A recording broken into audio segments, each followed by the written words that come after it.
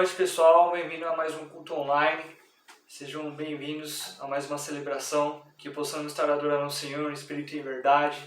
Que nessa noite o Senhor possa vir com graça sobre o lugar onde você estiver, que os céus estejam abertos sobre a sua vida, que seja uma noite abençoada, que o Senhor possa tocar no seu coração e possa ministrar no seu coração, que a vontade do Senhor possa se estabelecer em nossa vida, que haja liberdade onde você estiver para buscar o Senhor, para adorar o Senhor, para louvar a Ele. E peço para que vocês fechem os seus olhos agora nesse momento, onde você estiver. Vamos estar orando, buscando o Senhor, agradecendo por mais esta noite, por mais esse dia. Pai, em nome de Jesus, nós te louvamos e te agradecemos, Pai, por esse dia. Obrigado por mais essa celebração, pela oportunidade de estarmos aqui em Tua presença. Que o Senhor possa vir com graça, derramando o Teu poder, derramando a Tua unção, derramando a Tua presença sobre as nossas vidas, sobre onde estivermos, Pai. Que o Senhor possa se manifestar e que tenha liberdade para tocar nosso coração. Que o Espírito Santo de Deus tenha liberdade para tocar e para mostrar aquilo que Ele tem para cada um de nós nessa noite. E assim eu oro, Pai, e agradeço por tudo que o Senhor tem feito, Pai, por tudo que você há de fazer, Pai, ainda sobre a nossa vida, sobre este tempo, sobre este momento, Pai. Em nome de Jesus. Amém. Amém.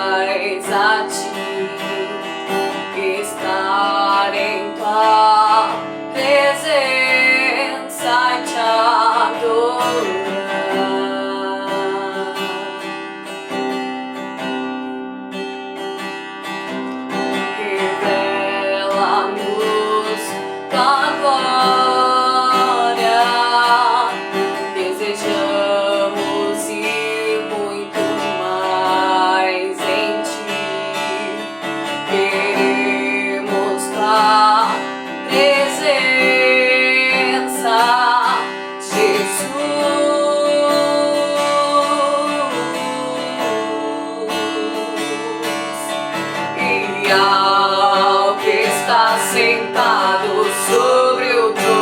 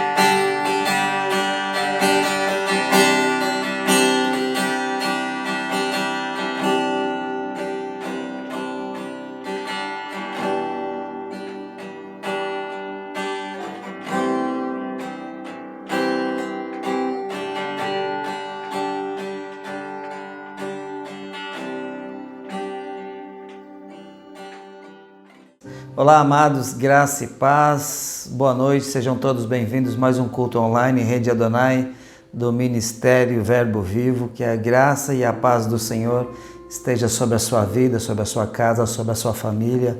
Quero estar orando antes de iniciar o nosso culto. Feche os teus olhos, que você possa orar comigo. Pai, em nome de Jesus, nós te louvamos, exaltamos e glorificamos o teu santo nome, Senhor. Muito obrigado por tudo que o Senhor tem feito e realizado sobre a nossa vida. Senhor, que o teu amor e a tua graça seja derramada sobre nós, que possamos ver e viver e experimentar tudo aquilo que o Senhor tem preparado para a nossa vida. Pai, eu já te peço que abençoe a casa do meu irmão, da minha irmã, Senhor, que a tua paz e o teu amor entre, Senhor, em cada lar, em cada família. Senhor, e aonde estiver, Senhor, alguma enfermidade, nós já declaramos, em nome de Jesus, caia por terra todo espírito de enfermidade, Pai, em nome de Jesus. Assim nós cremos, assim nós profetizamos sobre a minha casa e sobre a sua casa também, em nome de Jesus. Amém. Amém. Glória a Deus. Amado, nesse último domingo eu compartilhei uma palavra com os irmãos chamado Recebendo a Unção de Manassés e Efraim, uma palavra que foi ministrada há muito tempo atrás pelo apóstolo João e a gente já compartilhou também essa palavra lá atrás, mas eu senti no meu coração de compartilhar novamente essa palavra com os irmãos, amém? É uma palavra que fala sobre os dois filhos de José, Manassés e Efraim, e o quanto esses filhos representavam profeticamente sobre a vida de José, o quanto foi importante, o quanto era necessário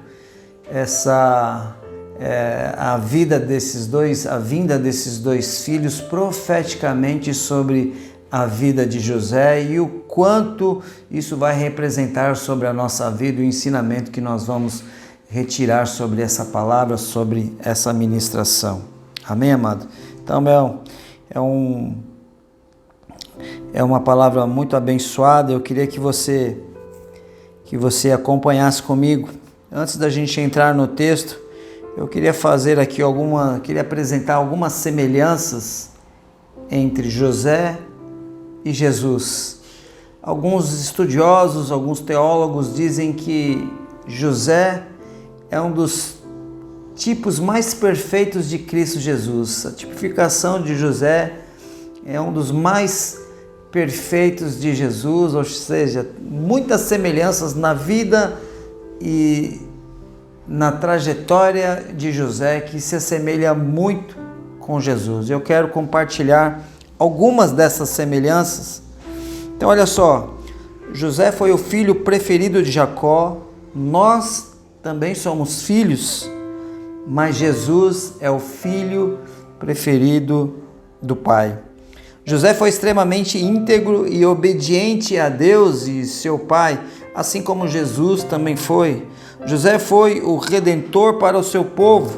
Ele salvou toda uma nação e os povos estavam em volta, assim como Jesus foi o redentor de toda a humanidade. José foi vendido como escravo para os egípcios por ciúmes de seus irmãos, por uma quantia de 30 moedas de prata, a mesma quantia que Jesus foi vendido por Judas. José era odiado e rejeitado pelos irmãos, assim como Jesus. José resistiu à tentação terrível e não pecou, assim também como Jesus. José pagou por um crime que não cometeu, Jesus pagou por um crime que nós cometemos. José só tinha uma pessoa acima dele, o faraó. Jesus só tinha uma pessoa acima dele, Deus, o Pai. Então olha só, nos tempos em que José foi levantado no Egito, Faraó aconselhava as pessoas a procurar José para se aliviarem das suas situações de fome. Deus tinha um sonho para a vida de José, mas na história de José ele passou por muitas aflições, rejeições e traumas, coisas desse tipo que marcam a vida de uma pessoa. Assim, da mesma maneira como José, Deus tinha colocado um sonho no coração de José, havia um sonho sobre a vida de José, mas para ele alcançar esse sonho, para que esse sonho fosse realizado sobre a vida de José, o sonho de José seria governar Mas para José chegar até esse ponto de governar, ele teria que passar por algumas aflições, por alguns traumas, por algumas rejeições, por situações muito complicadas sobre a vida dele. Isso seria um tratamento de Deus para que Deus pudesse forjar a vida de José. Amado, assim também acontece com a nossa vida. Deus tem um sonho, Deus tem um propósito, Deus tem um chamado, um plano sobre a nossa vida.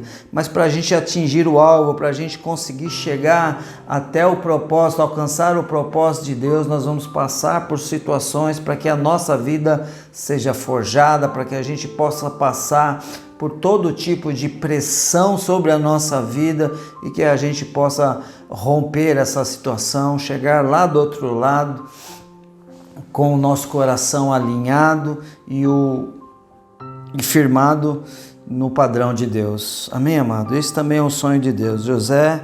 Antes de José governar no Egito, era preciso ser curado, tratado, renovado e restaurado do seu passado para poder prevalecer e frutificar mesmo no meio da crise. Então olha só que coisa muito interessante, havia esse sonho, esse propósito, Deus já tinha traçado uma história sobre a vida de José, mas era preciso ser curado, era preciso curar o coração de José. Se você olhar na Bíblia, de que maneira que José chegou no Egito? José chegou no Egito através dos seus irmãos que jogaram ele numa cisterna, depois tomaram a decisão de pegar e vender para uns viajantes que estavam passando ali, uns mercadantes que estavam passando por ali por perto, venderam José por 30 moedas de prata como escravo. E aí José chegou no Egito como escravo, olha só, um hebreu escravo. E isso aconteceu através da sua própria família, os seus irmãos, as pessoas com quem José cresceu, com quem José andou, com quem José amava, vendeu José por 30 moedas de prata.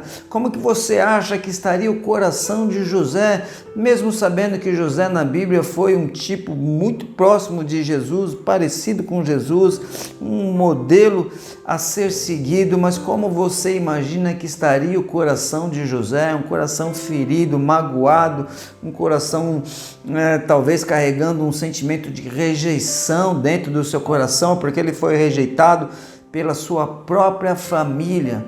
Então, olha só, ele precisava ser curado. Se ele quisesse governar, se ele quisesse reinar, assim como o Senhor tinha colocado sonhos no coração de José, ele precisava ser curado. Curado do quê? Curado do coração, curado dos seus sentimentos, curado da mágoa, do ressentimento. A ferida ainda estava aberta no coração de José. Isso era preciso, ele precisava passar por esse processo. Amado, eu não sei como é que foi o seu passado, mas aqui nessa história de José fala que ele teve um passado de muito sofrimento.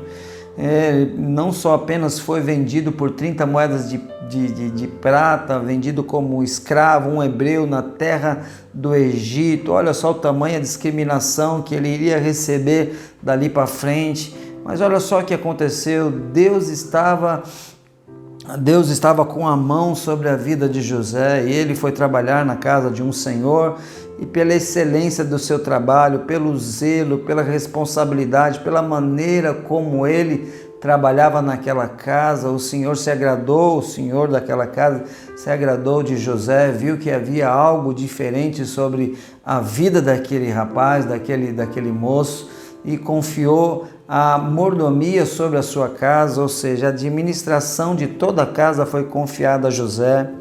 Então parece que a vida do José começava a deslanchar, já estava numa posição ali, para quem chegou como escravo, já estava trabalhando, já estava administrando, já estava ali, ele já estava coordenando ali todos os afazeres da casa, administrando os bens desse seu senhor chamado Potifar. Mas olha só a peça que o destino pregou sobre a vida de José. A esposa de Potifar começou a se insinuar sobre a vida desse rapaz, e ele não desonrou o seu senhor, se afastou dessa mulher, e numa cilada que ela fez, ela tentou agarrar José à força, e nessa que ele tentou fugir, a sua capa ficou sobre a mão dela e ela usou essa capa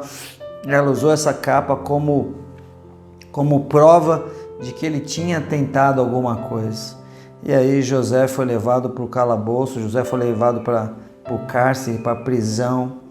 Nessa prisão, José conheceu ali dois presos, um padeiro e outro copeiro. E em um determinado momento, esses copeiros, cada um no mesmo tempo, teve um sonho muito semelhante, muito parecido, um sonho um com o outro. E José decifrou o sonho desses dois rapazes, um era o copeiro e outro era o padeiro. Pois bem, passado 3 dias, aconteceu exatamente o que José tinha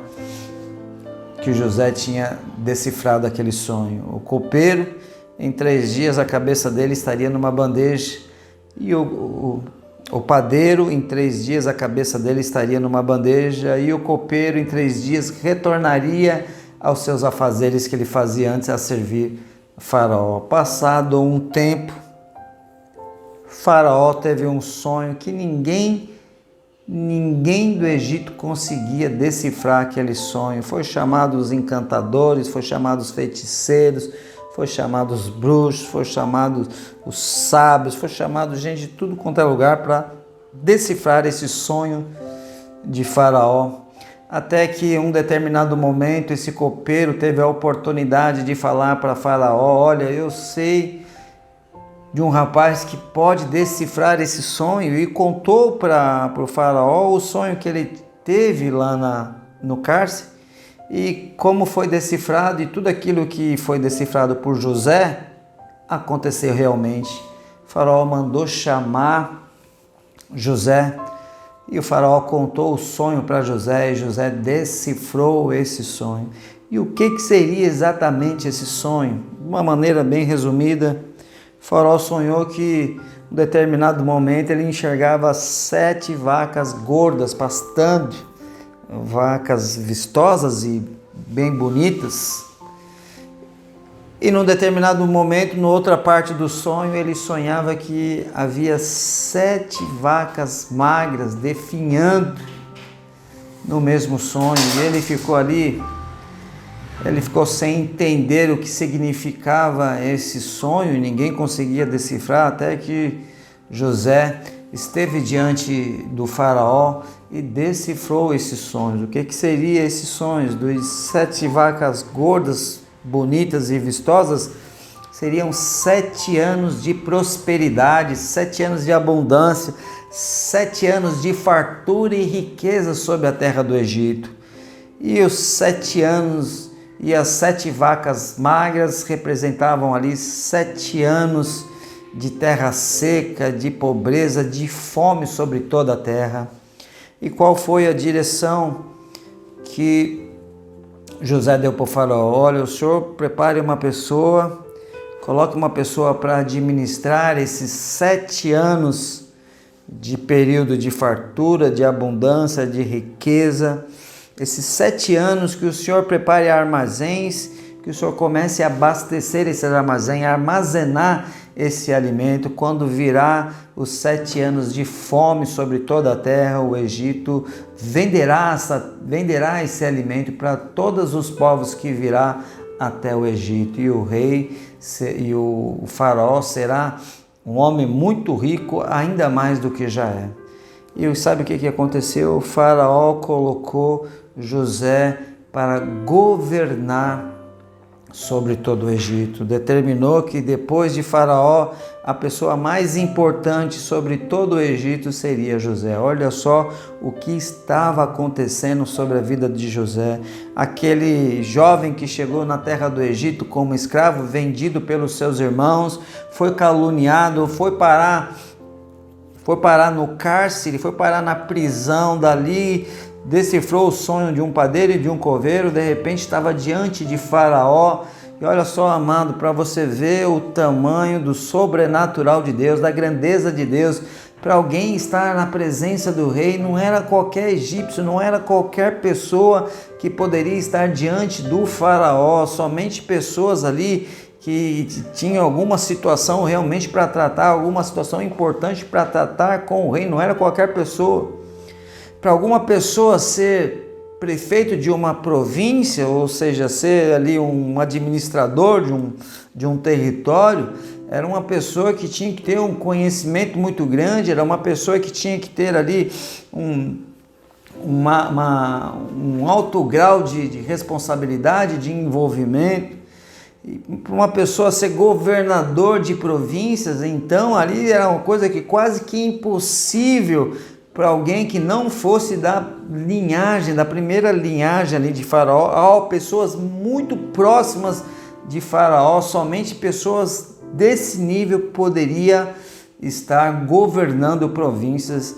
E olha só a colocação, o posicionamento que Faraó colocou José. José era governador dos governadores, um hebreu que chegou no Egito como escravo. Amado, sabe quem pode fazer isso? Somente Deus. Sabe por que isso aconteceu? Porque Deus é Deus, o Todo-Poderoso, o Deus do impossível, do sobrenatural, do milagre, da restauração, é o Deus da restituição, é o Deus da provisão, é o Deus do avanço, é o Deus da graça, é o Deus da alegria. Somente Deus para fazer isso com alguém.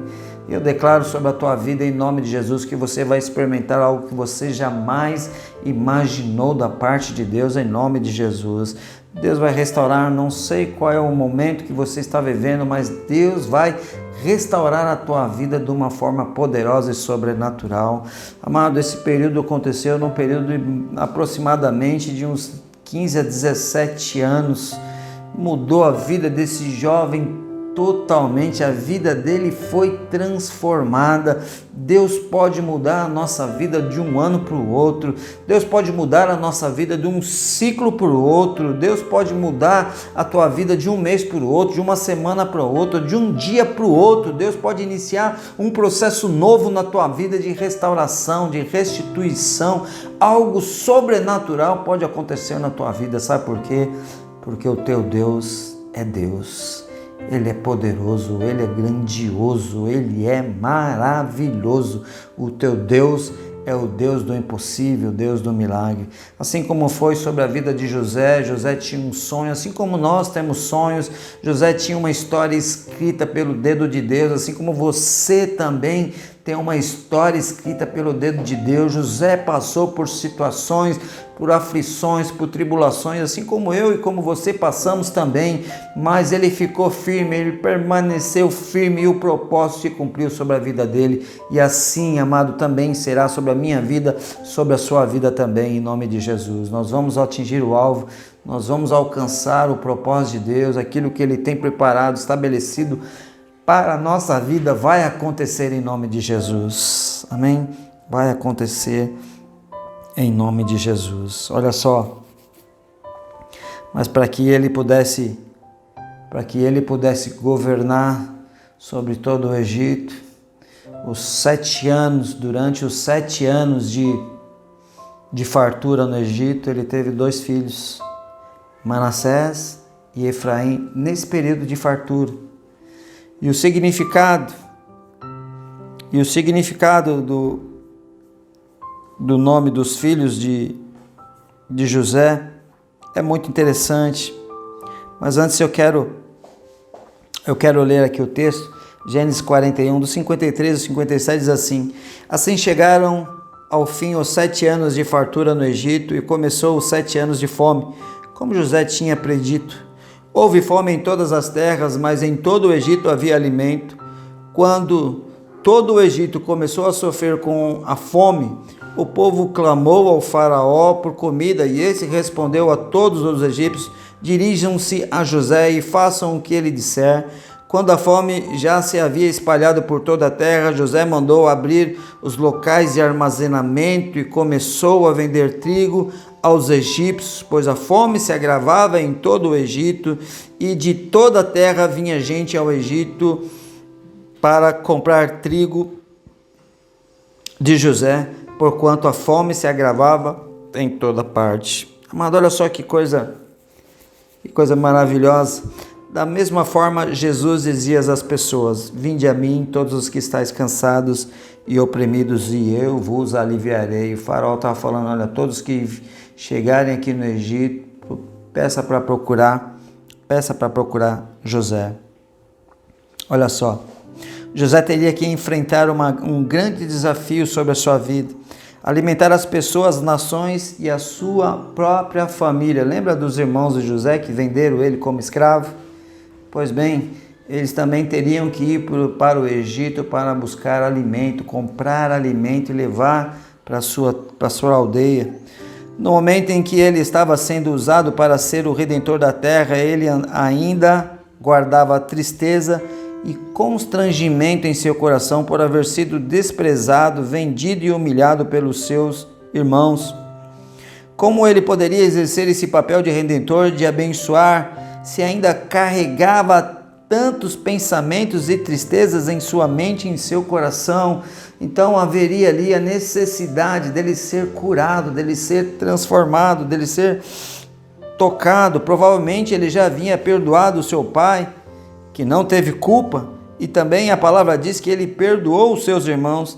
Entretanto, uma coisa é perdoar e a outra é esquecer, são duas coisas totalmente diferentes. Muitas vezes nossos problemas, crises, traumas, situações, tristezas na vida já foram colocadas e consertadas diante do Senhor.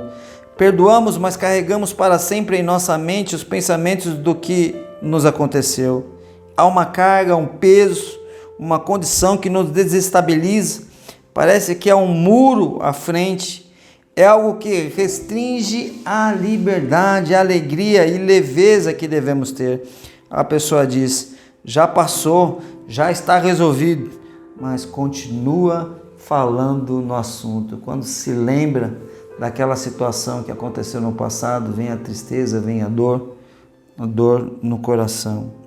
Uma carga que impede a frutificação. Pessoas que foram machucadas, talvez abusadas, feridas por amigos ou familiares, traídos e etc. Pessoas que passaram por uma condição de muita necessidade ou abandono ou rejeição. Então, era preciso que José fosse curado, que José fosse tratado dessa situação para que ele pudesse ser curado, para que ele pudesse ser restaurado o seu coração, para que aí sim verdadeiramente o propósito cumprisse sobre a vida dele. Gênesis 41, versos 50 e 52. Antes de chegar o ano da fome, nasceram a José 2 filhos, que lhe deu o nome que lhe deu a Senate, filha de Potifera, sacerdote de On. Chamou José o primogênito Manassés e disse: Deus me fez esquecer de todo o meu trabalho e de toda a casa de meu pai. Ao segundo chamou de Efraim e disse: Deus me fez crescer na terra da minha aflição. Manassés em hebraico significa fazer e esquecer. José entendeu que era impossível esquecer de tudo que lhe foi feito, mas que Deus poderia fazer isso. Muitas vezes lutamos muito para tentar esquecer coisas recentes ou antigas que de certa maneira impedem o nosso sucesso dentro do propósito de Deus de acertar o nosso alvo de vida. Para governar é preciso essa unção, uma unção de Manassés.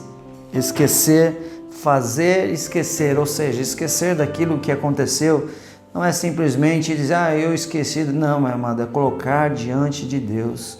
É colocar diante do Senhor, é apresentar diante do Senhor. Olha só, antes de acabar os 7 anos de fartura e começar a fome na terra, José tinha que se preparar para fazer o bem, para amar e ajudar as nações. Ele sabia que pessoas da sua terra, pessoas que lhe permitiram passar por grandes sofrimentos, iriam para o Egito em busca do socorro, e então ele teria que ter um coração para fazer o bem, para produzir frutos, mas isso exigiria um toque de Deus em sua vida. O que está querendo dizer para nós aqui? Que José precisava ser curado, porque os seus irmãos iriam para a terra do Egito à busca de alimento, para comprar alimento, para levar para as suas famílias. E eles ali teriam que ter um encontro com José. E como é que estaria o coração de José? Será que José iria ser aprovado nesse momento da vida dele? Ou será que José iria se vingar, José iria pagar com a mesma moeda, José iria prender, porque ele era a autoridade abaixo de Faraó, era a autoridade maior? Qual que você acha que seria a atitude de José? José ali estaria diante de Deus, um grande desafio sobre a sua vida. José precisava ser curado dessa mágoa, desse ressentimento, dessa rejeição, dessa tristeza que havia em seu coração pela rejeição de sua própria família. Ele precisava ser curado para poder reinar. Ele vai te livrar de toda a carga, de todo o jugo e de todo o peso. Isso é o Senhor, quando nós colocamos diante de Deus, Ele nos livra de toda a carga, de todo o peso, de todo o jugo. Então, amado, Manassés significa o quê? Esquecer, fazer esquecer. Essa é a unção de Manassés, fazer esquecer. Há pessoas que foram presas por pecados no passado e agora em Cristo é difícil exercer autoridade. O que nós temos que fazer? Aplicar a unção de Manassés. Pessoas que no passado tiveram envolvimento com prostituição, com adultério, com injustiças, com pecado, com tantas e tantas situações, e aí o inimigo fica acusando, dizendo que a pessoa é indigna de participar do reino de Deus, é indigna de avançar, é indigna de fazer a obra do Senhor, porque ela é uma pessoa impura, amado. Isso é uma mentira, é um engano do diabo. Quando nós entregamos a nossa vida para Jesus, nosso Senhor Jesus nos coloca uma veste nova, coloca roupas novas, vestes de adoração, de louvor, vestes de santidade. Então, amado, isso é uma mentira do diabo. Nós temos que exercer a autoridade através do nome de nosso Senhor Jesus Cristo. Amém, amado? Temos que aplicar sobre a nossa vida a unção de Manassés. Hebreus capítulo 9, verso 14 diz assim: quanto mais o sangue de Cristo, que pelo Espírito eterno se ofereceu a si mesmo imaculado a Deus, purificará das obras mortas a vossa consciência para servirdes ao Deus vivo. Ou seja, purificará das obras mortas a vossa consciência, os nossos pensamentos, aquilo que foi feito de errado, que o velho homem realizava, as obras más que foram feitas no passado. O Senhor vai purificar a nossa consciência, vai limpar a nossa mente. A nossa mente é uma mente de Cristo, os nossos pensamentos são levados cativos ao nosso Senhor Jesus. Um novo tempo, uma nova história, amado. O que isso quer dizer? A unção de Manassés, fazer esquecer isso. Você foi chamado para reinar, você foi chamado para governar. Esse é o propósito que Deus tem sobre a tua vida. Um outro texto de Paulo fala assim para os irmãos de Filipenses, capítulo 3, verso 13: irmãos, não julgo que a tenham alcançado, mas uma coisa faço, esquecendo-me das coisas que para trás ficam e avançando para as que estão adiante de mim. Então, amado, eu quero dizer uma coisa que fique no teu coração: não há futuro para quem vive no passado, para quem vive se lamentando das perdas do passado, dos erros do passado, da falência do passado, das coisas erradas que se envolveu no passado. Nós temos que olhar para frente.